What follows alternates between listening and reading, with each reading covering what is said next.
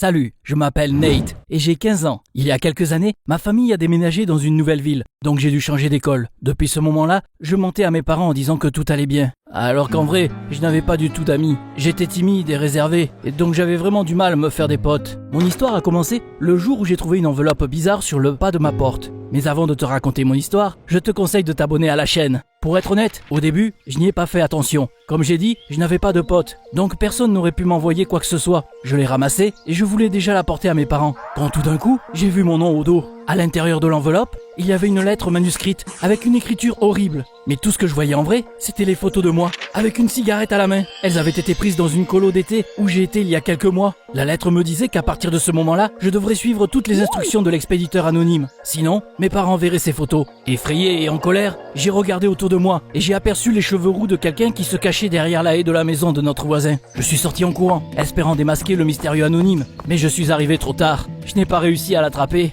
Le pire, c'est que la photo avec la cigarette, c'est vraiment une histoire stupide. Pour être honnête, je ne fumais même pas. J'avais juste vite fait essayer à la colo. Mais visiblement, quelqu'un avait quand même réussi à me prendre en photo. Je savais qu'expliquer tout ça à mes parents, c'était peine perdue. Donc je n'avais pas trop le choix. J'ai trouvé ma première tâche dans mon casier à l'école dès le lendemain. Pendant la pause déjeuner, je devais m'asseoir et entamer une conversation avec les gars populaires. Ça peut paraître ridiculement facile, mais moi, j'étais terrifié. J'ai d'abord fait quelques tours avec mon plateau autour de la cantine. J'étais sûr qu'ils me regarderaient comme un imbécile et qu'ils me diraient de me barrer. Mais au final, ils étaient plus surpris qu'agacés. « Waouh, regardez-moi qui vient nous voir. Qu'est-ce que tu fais ici tout d'un coup ?» a demandé l'une des filles, Millie. « Je peux m'asseoir ici ? Je voulais juste discuter. » Je devais me concentrer de toutes mes forces pour que ma voix ne tremble pas. Millie était la plus sympathique visiblement, et elle a commencé à me poser plein de questions. Une fois qu'elle avait lancé la conversation, les autres l'ont rejoint. « Hey, tu veux sortir avec nous après l'école ? On va aller voir Venom. Let there be carnage. Tu veux venir avec nous ? Je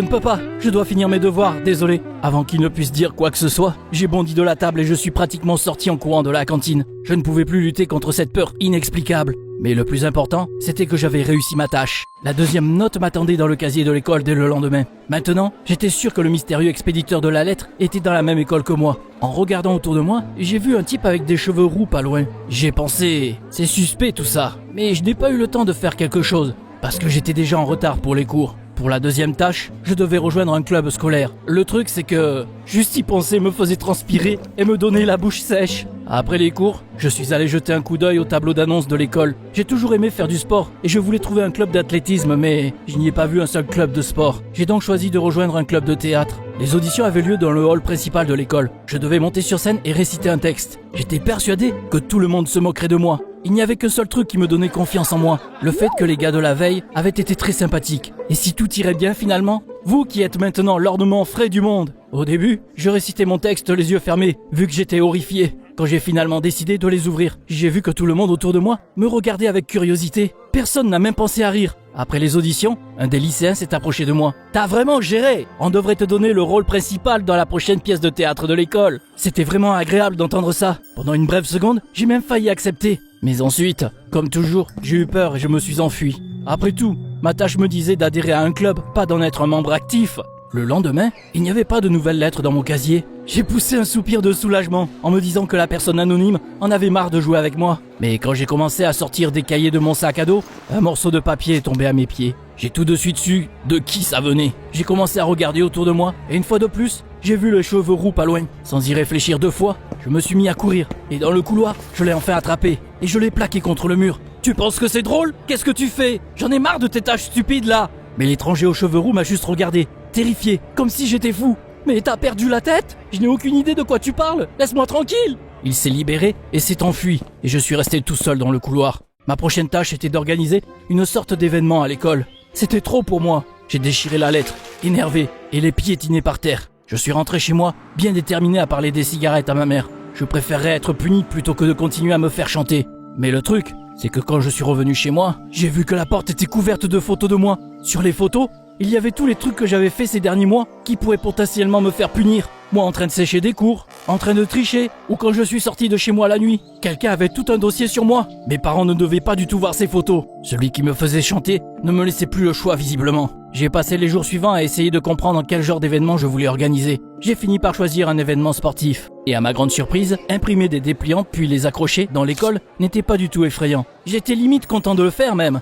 Au début, je me disais que personne ne viendrait de toute façon. Puis surtout, les expériences de la semaine dernière ont bien montré que les gens ne voulaient pas du tout s'en prendre à moi. Mes camarades de classe étaient de bonnes personnes visiblement. À l'heure et la date convenue, je suis allé au gymnase. Et au début, je n'en croyais pas mes yeux. Il y avait toute une foule de gens. Un de mes camarades de classe, Simon, a couru vers moi. « C'est trop cool, mec ! Ça fait tellement longtemps qu'on rêve d'avoir un club de sport, mais personne n'en a jamais créé. » Quand j'ai demandé qui m'aidait avec mon événement, j'ai vu un tas de mains se lever. Presque tout le monde voulait m'aider d'une manière ou d'une autre. Un peu plus tard, j'ai proposé de faire des échauffements. Tout le monde répétait mes mouvements sans me quitter des yeux. C'était trop bien. Dans les derniers rangs de la foule, j'ai vu le type aux cheveux roux que je connaissais déjà. J'ai fait genre de rien et je me suis juste dit dans ma tête « Il ne sait pas de quoi je parle ». Ouais, bien sûr. Pourquoi il vient me regarder réussir ma tâche alors? On a organisé différentes compétitions à tour de rôle. Courir, lancer des ballons dans un panier, faire des pompes, des squats. Ensuite, quelqu'un a suggéré d'aller chez lui pour aller dans sa piscine. Là-bas, on a regardé qui nageait le plus vite. Puis on a aussi trouvé des cordes et organisé des concours drôles avec des filles sur le toit. J'ai décidé de participer au jeu aussi.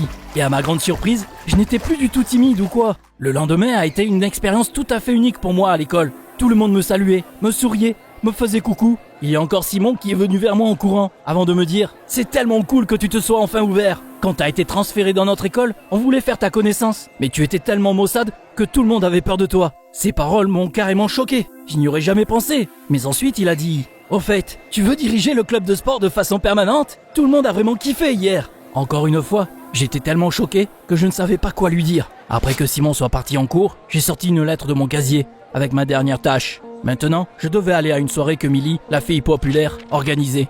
Il y a quelques semaines, ça m'aurait terrifié. Je n'aurais jamais osé le faire. Mais maintenant, j'avais la lettre entre mes mains et j'ai compris que je voulais le faire. Peut-être que je pourrais enfin me faire des potes? La soirée s'est avérée assez petite. Il n'y avait presque personne, mais je me suis quand même beaucoup amusé.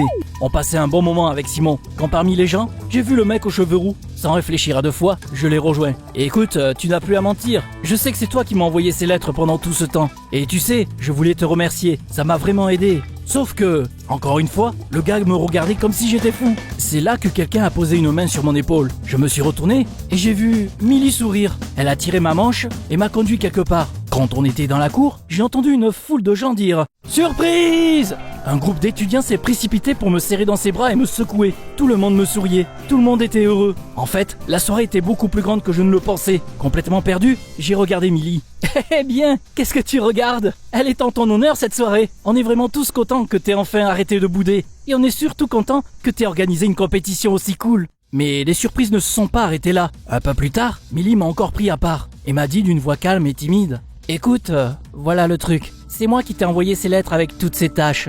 Bien sûr, comment ça se fait que je n'ai pas deviné tout seul? Millie était rousse aussi. C'était donc elle que j'avais vue 2 fois. D'abord près de chez moi, puis dans la salle de cours. L'autre mec là, il était juste au mauvais endroit au mauvais moment. Quand elle a vu que je ne disais plus rien, elle m'a dit « S'il te plaît, ne m'en veux pas. C'est juste que, pour être honnête, je t'aime bien.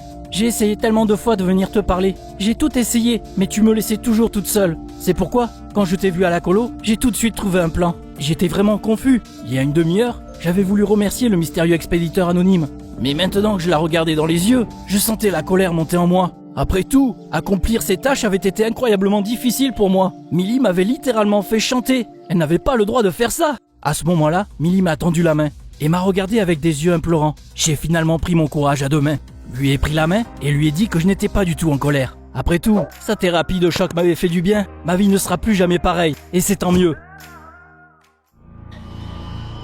Voici la fondation SCP, une organisation secrète qui repère et étudie des créatures anormales sur toute la planète. Ça, ce sont les dossiers secrets de la fondation. Tu les connais peut-être déjà. Ce sont les histoires de gens ordinaires qui ont eu la chance de rencontrer les créatures les plus horribles du monde. Les chroniques SCP révèlent de nouveaux détails sur toutes ces créatures anormales que tu ne connaissais pas du tout.